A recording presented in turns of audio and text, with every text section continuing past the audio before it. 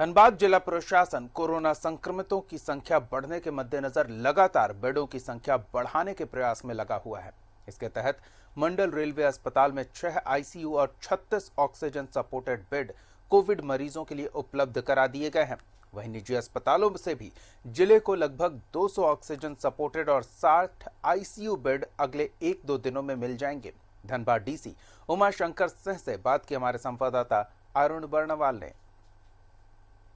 संक्रमितों के बढ़ने की रफ्तार एक बार धनबाद में भी उसका असर देखा जा रहा है। रफ्तार बढ़ रही है, लेकिन जिला प्रशासन लगातार इसमें प्रयासरत है कि बेडों की संख्या कम ना हो। और इसके लिए सरकारी स्तर पे तो व्यवस्था हो ही रही है, निजी अस्पतालों पे भी पूरा दबाव दिया जा रहा है कि वो अपने 50% बेड कम से कम इस कोविड के लिए आरक्षित करें। सीधे उपायुक्त उमाशंकर सिंह हैं जो पूरे कमांड संभाले हुए हैं, उन्हीं से जुड़ते हैं। सर, क्या कुछ डेवलपमेंट और बेडों को संख्या बढ़ाने के लिए? देखिए, स्टेट गवर्नमेंट के डायरेक्शन हमें मिले थे कि सभी निजी जो हमारे संस्थान हैं, प्राइवेट हॉस्पिटल्स हैं, उनके 50% नॉर्मल बेड को जिसमें O2 सपोर्ट होना चाहिए और सभी आईसीयू बेड्स के 50% बेडों को आरक्षित रखना है। उसके आलोक में हम लोगों ने लगभग 120 प्राइवेट हॉस्पिटल्स की सूची तैयार की और उसको हम लोगों ने हर प्रखंड के प्रशासनिक पदाधिकारी और डॉक्टर के साथ वेरिफिकेशन कराया है।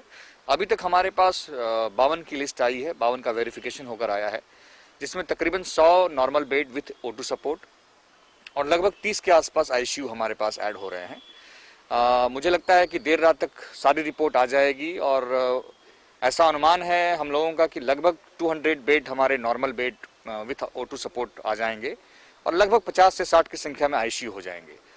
तो इस विकट परिस्थिति में यदि निजी प्राइवेट हॉस्पिटल्स के द्वारा भी 200 non ICU bed with O2 support add होते हैं और 50 से 60 आईसीयू बेड ऐड होते हैं, तो ये भी एक बहुत बड़ा वरदान होगा हम सबों के लिए। और हम लोग ये भी एक्सप्लोर कर रहे हैं कि यदि कुछ छूटे हुए हैं उनको भी मौका दिया जाए। रेलवे से भी हम लोगों ने सहयोग लिया है, आज शाम तक रेलवे की भी तैयारी हो गई है। कल से रेलवे हॉस्पिटल में भी 6 आईसीयू और 36 non ICU bed with O2 support होगा। साथ ही साथ 60 बेड हमारे सदर हॉस्पिटल में 25 तारीख तक रेडी हो जाएंगे। 20 बेड आईसीयू हमारे कैथ लैब में सरप्लस जो हमारा 30 अप्रैल तक रेडी हो जाएगा। तो आने वाले समय मुझे लगता है कि पर्याप्त संख्या में हमारे पास आईसीयू और नॉन आईसीयू बेड की उपलब्धता सुनिश्चित हो पाएगी।